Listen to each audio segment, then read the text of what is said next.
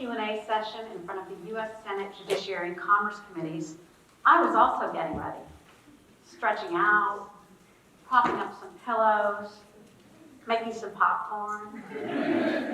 C-SPAN 3-inch marathon, here I come. What can I say? I help companies navigate their data privacy responsibilities, so this was my version of must-see TV. It wasn't long into the event when we saw the first and possibly the only truly spontaneous moment. Senator Dick Durbin of Illinois asked Zuckerberg a simple question. Would you be comfortable sharing with us the name of the hotel you stayed at last night? What followed from Zuckerberg was, and then a bit of quiet, perhaps uncomfortable laughter. And then calmly, clearly, no. In that moment, Zuckerberg did something many of us fail to do. He made a thoughtful, deliberate, firm decision not to share his personal information with the world. Why don't we engage more deliberately around our information privacy, especially online? Perhaps any repercussions for sharing our personal information over the internet are too intangible and remote, too difficult to quantify and comprehend to capture our attention or concern, let alone take action around. Perhaps the platforms and technologies that we use have become so big, so ubiquitous to our lives, that we believe our only choice is binary. Take it or leave it. Perhaps when we hear the word privacy, we think, I have nothing to hide. And we don't fully appreciate that in industry terms, this is not entirely what we mean by privacy. Privacy is a discipline of behavior. It's about when, how, and what information we may choose to share. And for companies, it's also about how they may handle and care for that information. Now, each of us may feel differently about what sort of care is and is not okay, because our decisions about our privacy are personal.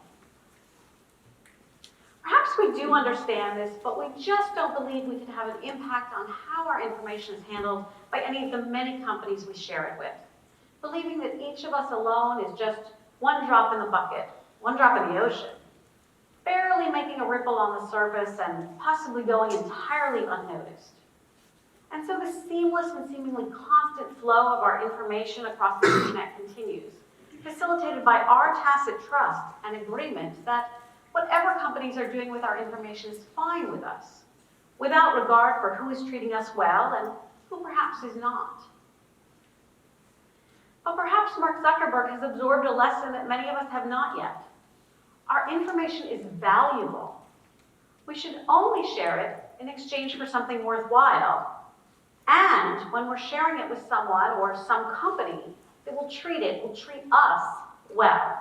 A company that is properly handling its data privacy responsibilities. Now, we make exchanges of value in all sorts of ways. When we purchase goods and services, when we borrow money. There's an exchange of value that happens whenever we're online, often without us being truly aware. We give away our personal information for the benefit of using all sorts of websites, apps, and other connected technologies. Some may not feel that your information is that valuable. A name here, an email address there, where you happen to be located at any particular moment in time, your entire browsing history, just a few clicks around the internet on a lazy afternoon. Our information is currency. We just don't tend to think of it in those terms until we try to answer a few basic questions. Do I know how my information is being used? Am I comfortable with how it's being handled? Is what I'm getting in return worthwhile? Do I trust the company I'm sharing this with? Will they use my information for good? Answering these questions matters because our information is used to help create our futures, our own custom realities. And we have the opportunity to help make those realities amazing or dystopian. Consider this. What if the prices you saw online were always high because your data indicated you'd just be willing to pay more than the rest of us? What if you never saw ads for certain jobs because of your age? What if your most sensitive information, perhaps your predisposition for illness, was available to companies around the world and you had no idea? What if, after you've posted all those pictures of your lunch online, and I'll admit this is behavior I do not entirely understand, but I'll go with it. What if this was used to charge you a higher premium for health insurance one day because you were deemed to be high risk? After all, look at how you've been eating. What if the information you saw online had been carefully curated to be only what would appeal to you, only what reflected your point of view, leaving you in an echo chamber of your own mind, devoid of other information, other facts, other perspectives from which you might learn and grow? This is in part the reality and the potential. Right here, right now, this is some of what we are buying with our information currency. The products we purchase, the prices we pay, the information we read, the opportunities available to us. The information we share online is used to then inform what we see next online, and it has significant impacts for our offline world. We're co-creating our realities, but we're often not active participants, allowing ourselves to be pulled into whatever world companies want to take us to, wherever technology goes next. And that world may be wonderful, but it may be more isolated, less diverse, and lacking in choice more than ever before. Given that, why wouldn't we want to engage more deliberately around our information privacy? Why wouldn't we want to hold companies to high standards of behavior for us and for the world? By not engaging, we leave decisions about how our information is handled in the hands of the regulators. Think about that. We leave our choices about our privacy in the hands of our governments. Certainly there is a significant role for governments here, and data privacy is heavily regulated. Well over half the countries in the world have some form of data protection regulation, and that number continues to climb. It may surprise you to learn that in the United States, there are over 120 state laws focused just on protecting the privacy of primary and secondary school student data. More than 120. Clearly, our legislators are engaged, they're invested, and they're doing their part to create some balance in the equation. And there are many companies around the world that fully understand, appreciate, and embrace their responsibilities to protect our data privacy and maintain our trust. But we are a driving force in the economy. Our behavior matters. By not engaging, by allowing all companies equally access to our information, we communicate to the markets that we don't distinguish between who is doing well and who perhaps is, well, I'm going to let the headlines do the talking here. Now, I'm not advocating for some data privacy revolution, and I'm not trying to scare anyone off the grid. But an evolution of our engagement with technology is in order. How might we start to think about that?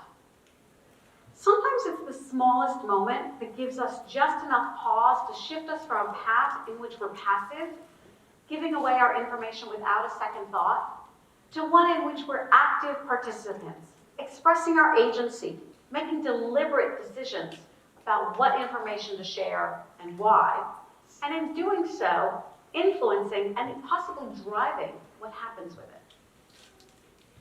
And although technology is complex, our behavior around it doesn't have to be. It comes back to the fundamentals. Companies crave your trust. Trust and value are at the heart of customer retention, user retention. And trust is earned through behavior. Companies often showcase the reasonable, responsible behavior we're looking for, carefully curating where they spend their currency, sometimes protesting to protect their brand image, their bottom line. This doesn't happen by accident. This is motivated by our expectations, which we've communicated to them over time throughout the course of our engagement with their brands. long history of people standing up, sometimes quite bravely, expressing their expectations, calling attention to important issues, sometimes resulting in monumental shifts in society. And let's be honest, sometimes we just protest to prevent our favorite TV show from being canceled, or when we can't find our favorite fast food. We're usually not shy about expressing our displeasure with company behavior, no matter how small or large the issues might be. So how might we start to communicate our expectations around our privacy? It is about making conscious, thoughtful, deliberate choices about what information we share, where we share it, and why. And if we add consideration for company behavior and values to that equation, in making choices about where we spend our information currency, the same way we do with our paper currency, this then serves as foundational to communicating to the markets that we will spend our information currency when what we're getting in return is truth, fairness, diversity, safety. Now, to make some of these conscious, deliberate, thoughtful decisions, we need to know something about what happens to our information when we set it free on the internet. There's a lot of information out there to help us with that. Some of it's in those privacy policies that very few of us read, except me and other privacy professionals. And it's understandable. They're often long. They're not exactly page turners. I know, I write some of them, and I'm sorry. Sometimes we can make them short and pithy and entertaining in a privacy policy sort of way. But other times there's really only so much we can do to jazz up what is ultimately a legal document. When they're done poorly, they can be very hard to understand. And to compound the issue, studies will tell you that it will take about 250 hours to skim through all the privacy policies you encounter in just 1 year. I don't know about you, but I don't have that much free time, and if I did, even I don't want to spend it reading privacy policies. But if you dig a little deeply, you will realize that it actually takes about 10 minutes to skim through one privacy policy. 10 minutes to get some of what you need to make a more informed decision about your privacy. And as someone who reads a lot of privacy policies and is not only still standing, but still has time to lead a fairly balanced life, I can assure you that once you get through a few, and I recommend you start with some that should be familiar to you, such as that of your employer or your school. Once you get through a few, you'll get much better at it, much faster at it.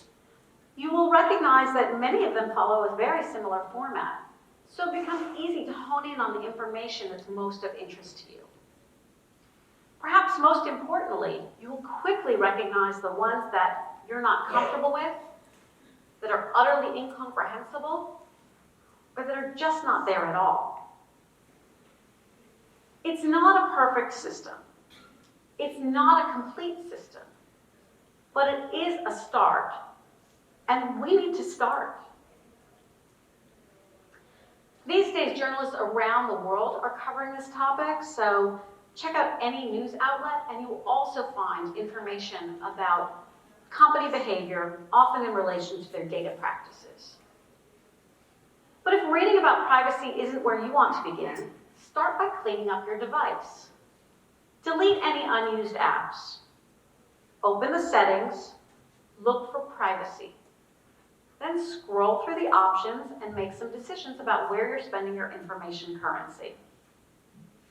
Remember that each of us has a choice to trust a company, to grant our permission, or not.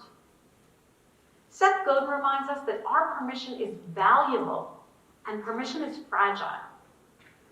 Who have you given permission to? Do you trust them? Have they done anything to make you question your trust? If so, are you disengaging? Or are you staying all in, fully committed in this imbalanced, perhaps slightly dysfunctional relationship? How else might we start to exercise this new muscle around getting some control over our information privacy? You could examine your relationship to technology. Could you go without your devices for one day? Could you stay off your favorite website for 1 month? Does the idea make you squirm a little bit? Does that give you a sense of who or what is actually in charge here? If you tried it, do you think it might help you get onto a path of more control when you return to it? If we don't engage, if we sit idly by, our world happens to us. And sometimes that's okay. Not every moment online needs to be awash in intense decision-making about whether or not to play that game or watch that cat video. And we are not responsible for company behavior, but our behavior matters. Where we spend our information currency matters. It drives markets. It shapes our world. Naysayers will tell you that given the sheer volume of information out there, each one of us is insignificant. I disagree. I work with companies around the globe, and I see care and concern for customers. Customer loss, customer displeasure. Even when minimal, customer concerns, when reasonable, are heard, they're felt, and they're often acted upon over time. Companies do see us, and they certainly know our value. What do you expect from them? Remember that each of us has the power to influence change. So how will you use yours? Subscribe, unsubscribe, press play, press delete, opt in, opt out.